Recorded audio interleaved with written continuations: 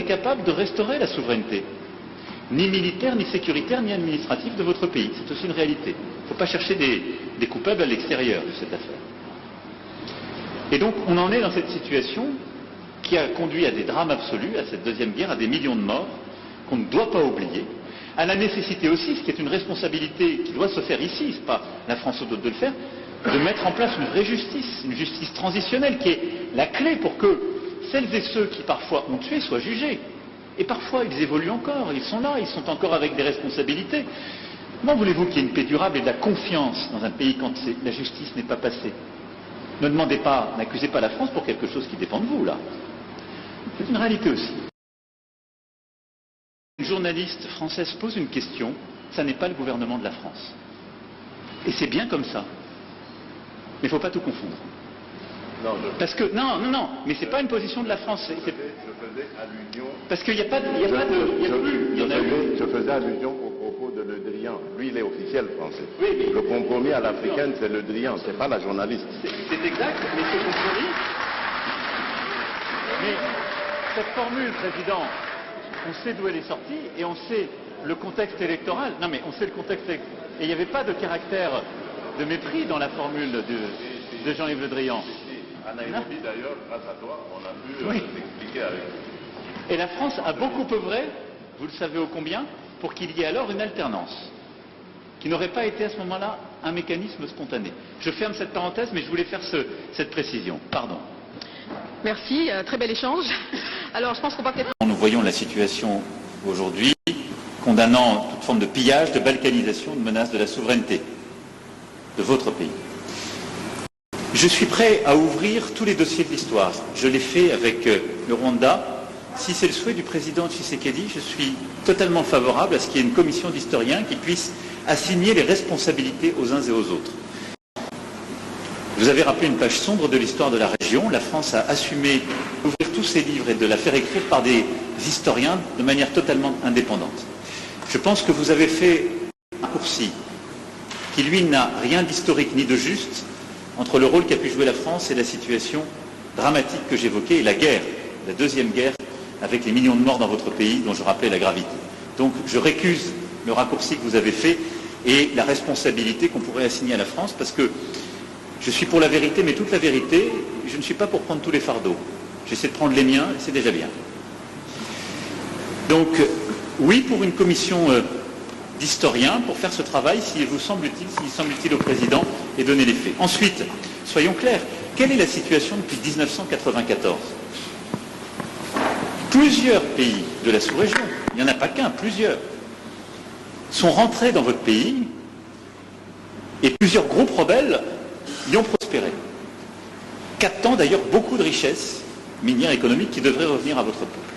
Et depuis 1994, ce n'est pas la faute de la France, pardon de le dire dans des termes aussi crus, vous n'avez pas été capable de restaurer la souveraineté, ni militaire, ni sécuritaire, ni administrative de votre pays. C'est aussi une réalité. Il ne faut pas chercher des coupables à l'extérieur de cette affaire. Et donc, on en est dans cette situation qui a conduit à des drames absolus, à cette deuxième guerre, à des millions de morts, qu'on ne doit pas oublier, à la nécessité aussi, ce qui est une responsabilité qui doit se faire ici, ce n'est pas la France ou d'autres de le faire, de mettre en place une vraie justice, une justice transitionnelle qui est la clé pour que celles et ceux qui parfois ont tué soient jugés. Et parfois, ils évoluent encore, ils sont là, ils sont encore avec des responsabilités. Comment voulez-vous qu'il y ait une paix durable et de la confiance dans un pays quand la justice n'est pas passée? Ne demandez pas, n'accusez pas la France pour quelque chose qui dépend de vous, là. C'est une réalité aussi. Mais très clairement, sur cette situation, depuis 30 ans, a pris un tour inacceptable. Donc voilà, oui pour faire la vérité sur l'histoire, non pour prendre tous les fardeaux, et si on est clair, soyons clairs jusqu'au bout et assignons toutes les responsabilités, y compris les responsabilités congolaises, y compris les responsabilités de la sous-région.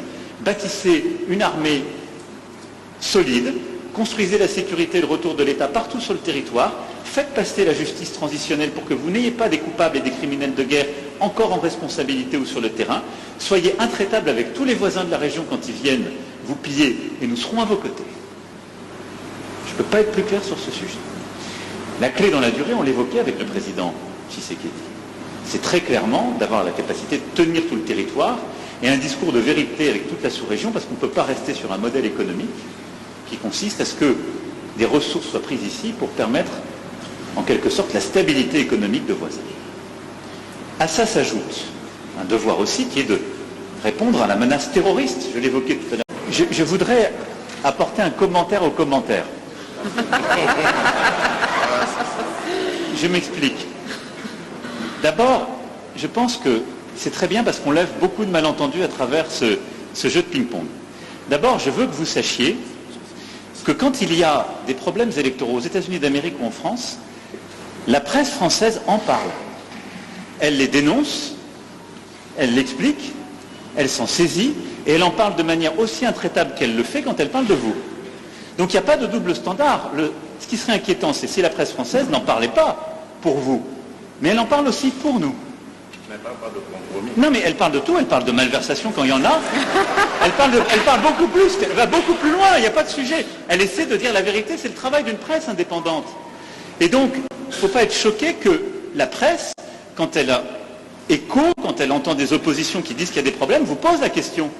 Ce serait un double standard si elle disait on est en Afrique, donc on ne pose même pas la question, c'est pas un sujet. Non, elle pose la question, mais elle le fait aussi chez nous. Chez nous.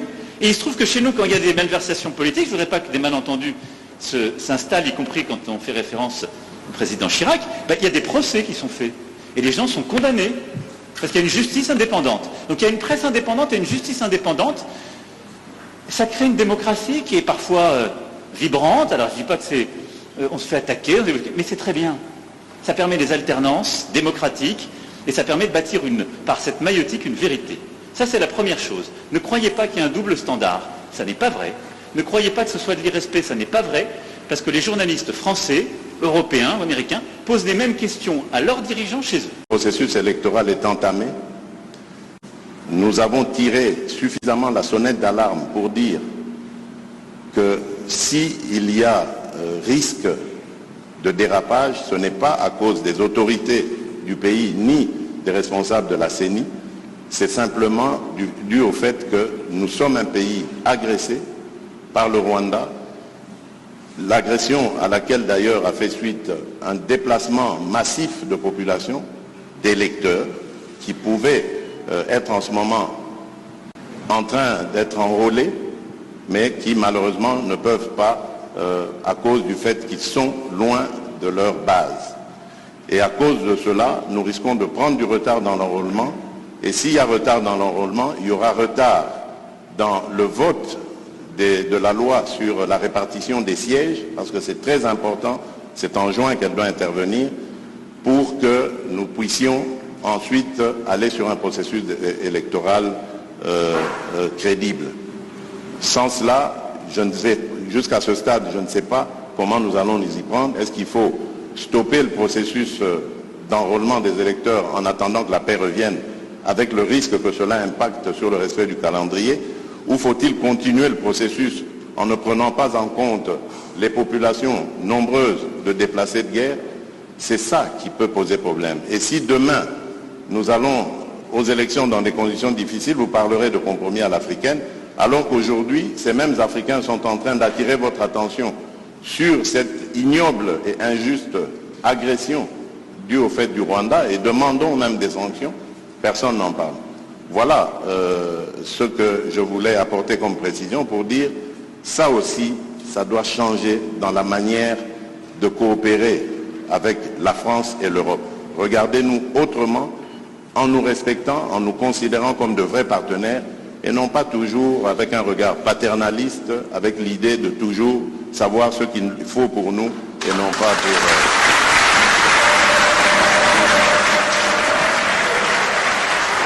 et politique très claire, y compris d'ailleurs sécuritaire, mais ce n'est pas la France qui apportera la solution. Et je le dis ici avec beaucoup de clarté et d'humilité. Et je pense que c'est à la fois l'honnêteté et c'est la condition pour pouvoir être heureux. Parce que si on attend trop de quelqu'un ou si on arrive là dans le sentiment qu'on pourrait résoudre tous les problèmes, on finit tous malheureux. C'est pas vrai. Bon, ensuite, je l'ai dit au président, moi je soutiens le processus. Je fais confiance aussi à l'engagement du président Lourenço et j'espère en quelque sorte ne pas avoir à aller jusqu'aux sanctions, parce que ça voudra dire que le chemin aura été respecté. Et je pense que tous ici dans cette salle, c'est ce que vous préférez. Parce que c'est ça qui permet d'éviter la guerre et de recouvrer une situation de stabilité. Enfin, sur les questions humanitaires, je voudrais distinguer deux choses. Il y a le pont humanitaire qu'on a décidé qu'on va financer de court terme, et il faut le faire parce que c'est livrer du matériel médical, de quoi se nourrir dans des situations d'urgence. Et ensuite, il y a la question de réfugiés et de déplacés, et je souscris à ce qui a été dit par le Président, et nous accompagnerons ce mouvement sur le retour de ces populations vers des lieux qui auront été libérés par les M23. Puis le Président m'a aussi parlé d'autres camps de réfugiés, cette fois-ci côté Rwandais. Sur ce qui est